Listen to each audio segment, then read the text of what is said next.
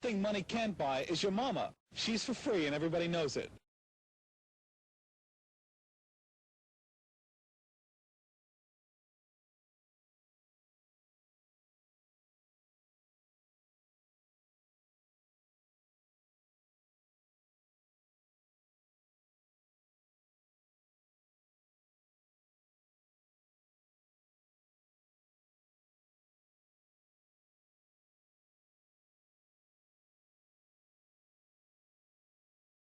What is your emergency?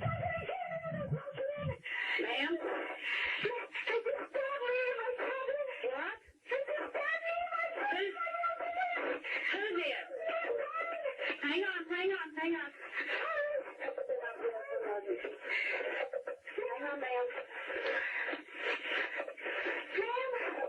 Medical emergency. Ma'am, I'm trying to get an ambulance to you. Hang on a minute. What's going on, ma'am?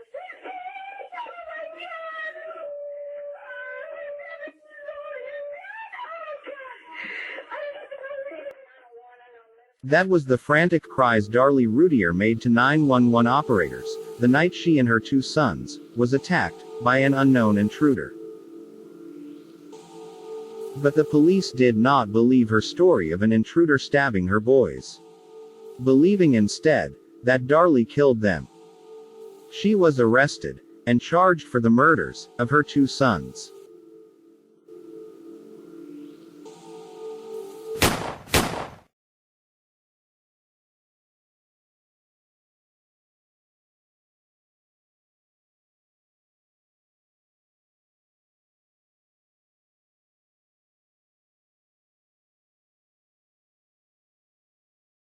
In the early hours of June 6, 1996, at 2:31 a.m., a 911 operator received a call from 5801 Eagle Drive, Rowlett, Texas. The address the Routiers called home. But on that night, an intruder gained access to their home. He slits Darlie's throat and fatally stabs both her boys. Police arrived at the Routier home no more than 3 minutes after the 911 call was made. The officers entered the premises and discovered a window screen in the garage that had been cut. They continued the search outside and in their surrounding area, but found no intruder. Darlie explained that she, along with her boys, had been watching TV, with all of them dozing off and falling asleep. Then, sometime during the night, Darlie opens her eyes and sees a male figure in her home. Still half asleep, she approaches. The intruder then notices Darlie getting up and makes his getaway through the back of the house, dropping the knife as he flees. Darlie, not thinking, picks up the knife and chases the stranger out of their home, returning shortly to see to her boys. That's when she realizes that they had been stabbed and calls 911. Darlie's story did not fly with the police.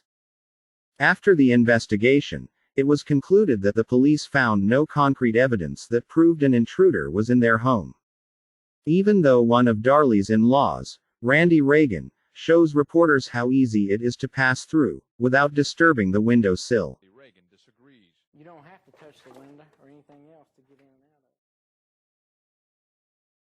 it. The police started to believe that Darlie had killed her sons and began building a case against her.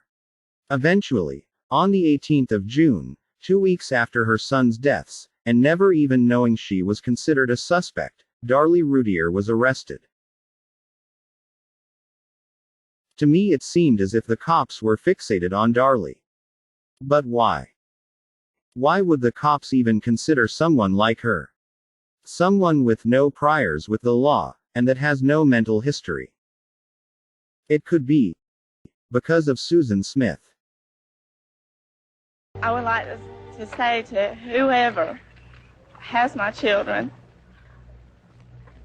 that they please bring them home. Susan Smith was a young mother, who claimed to have been hijacked by two black men. They drove off, with her boys still in the car. The community stood by Susan, as the search continued. After 9 days of searching, Susan Smith confesses to killing her boys. Susan Smith has confessed to murdering her 2 young boys. Susan told police that she had rolled her car into John D. Long Lake, with her kids still strapped inside. With the enormous sense of outrage and betrayal felt by the citizens of Union, South Carolina.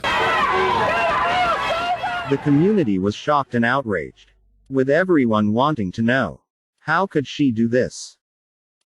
Then, barely a year later, Darlie's sons are murdered.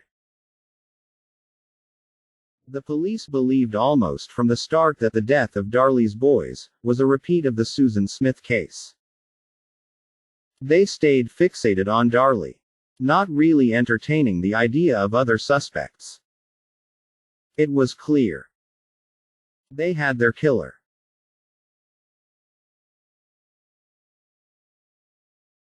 Darlie was charged with capital murder in the death of her 5-year-old son Damon, and his 6-year-old brother, Devin.